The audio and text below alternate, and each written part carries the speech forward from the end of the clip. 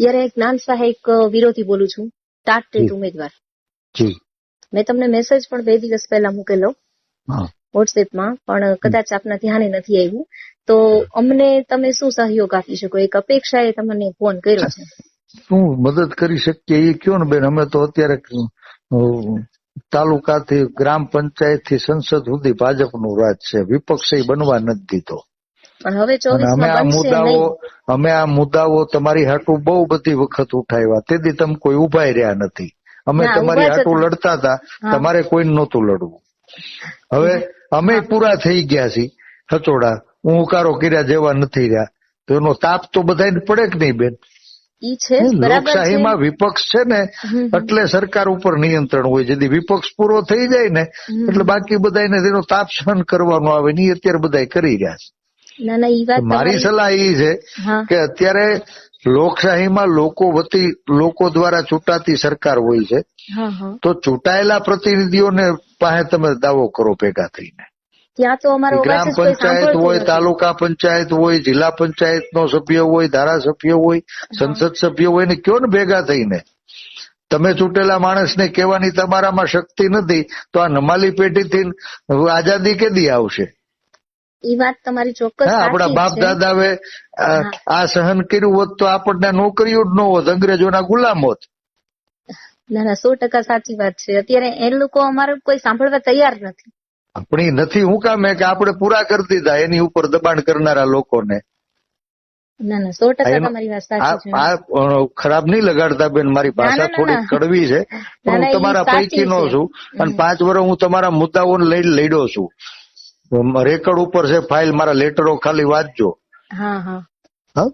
બરાબર છે. પણ હવે અત્યારે અમારે શું કરવું એનું કઈક સજેશન. મેં તમને જે કીધું આજ કરો બેન, આજ વસ્તુ એનો ઉપાય છે. તમે જેને મત આપીને મોકલો છો એવા ચૂંટાયેલા દરેક પ્રતિનિધિને તમે રેફરન્સ કરો. આવા 6,94,000 લોકો છો. કેટલા?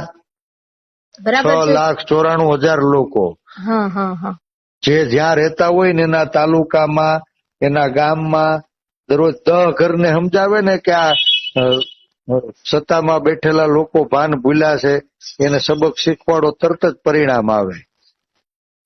તેથી તો આપણે આ નથી કરતા. ના, એ અત્યારે અમારો પ્રયત્ન ચાલુ જ છે. ભાજપ હોય, કોંગ્રેસ હોય, કાળો ચોર હોય, સત્તામાં બેઠેલા માણસની જવાબદારી છે પ્રજાની સમસ્યાનું સમાધાન કરવું.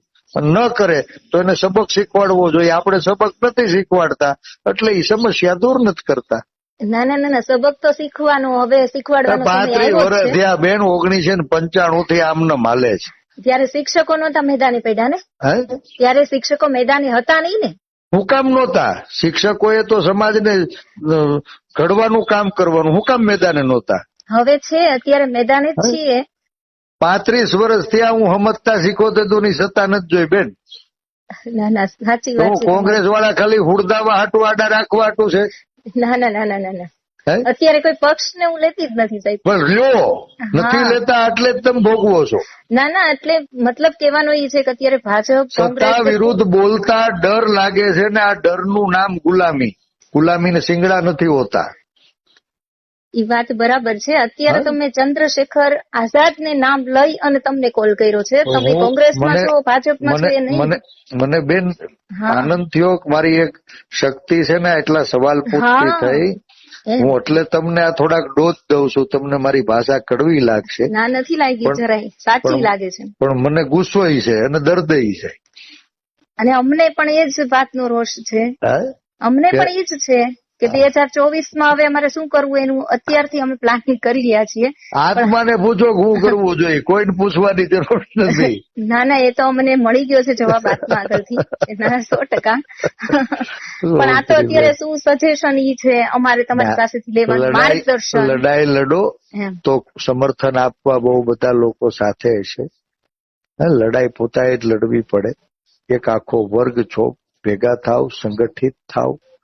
અને હવે તો સોશિયલ મીડિયાનું પ્લેટફોર્મ છે, સરળતાથી લોકોને એક મંચ ઉપર લાવવાનું માધ્યમ બને છે.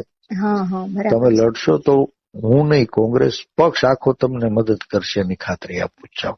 ચાલો, થેન્ક યુ સો મચ. આભાર.